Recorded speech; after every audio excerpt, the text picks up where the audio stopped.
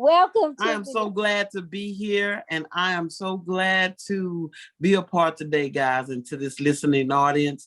I'm also glad for that welcoming prayer, and that just intrigues me and bless me when someone want the best and when we giving our gifts to edify the kingdom.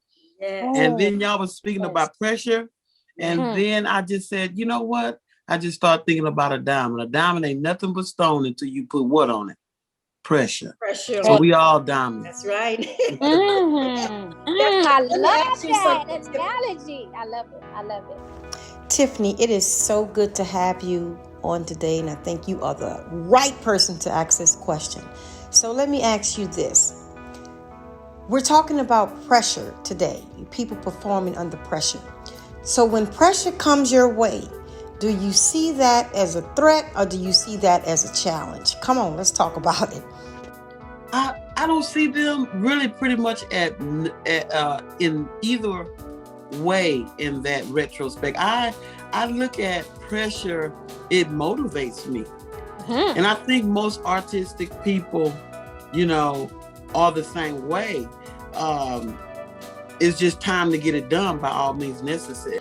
And especially people that have procrastinating spirits.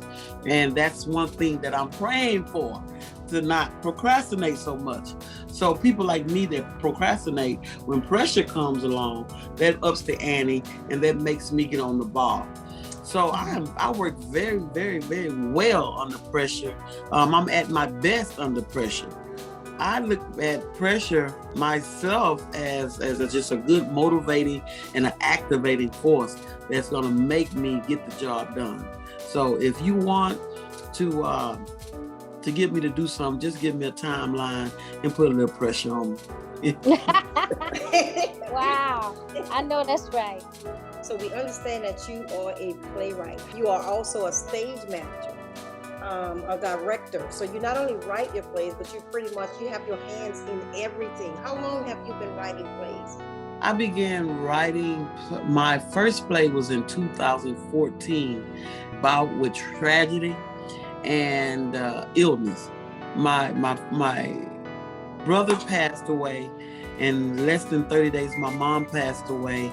Then 9 days later, my mother's carbon copy, my aunt passed away, and then I was going through a divorce, and then suffering with thyroid disease, and I had to get my right thyroid and 9-centimeter nodule removed.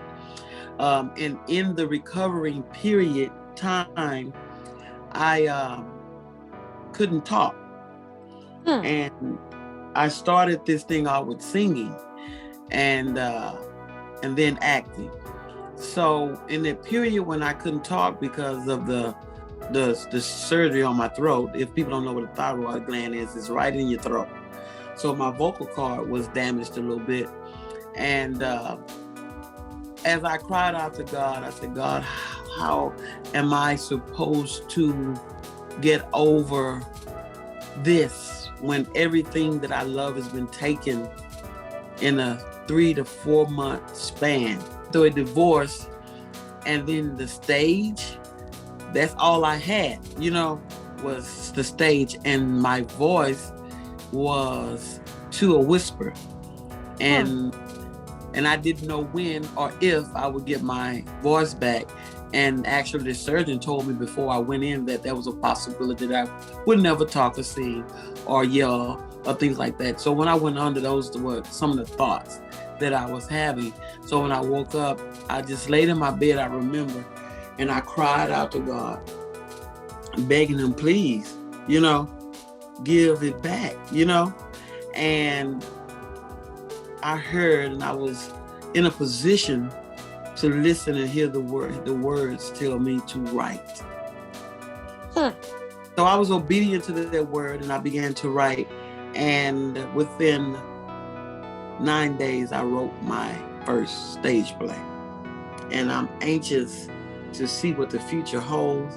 I'm anxious to do more film, to learn more, and to be bigger and better. And I wouldn't choose another group I'm so happy we're right where I'm at, and I just think the best is yet to come. So it's just this group. I mean, hey, I needed this group. Thank God for BWIF.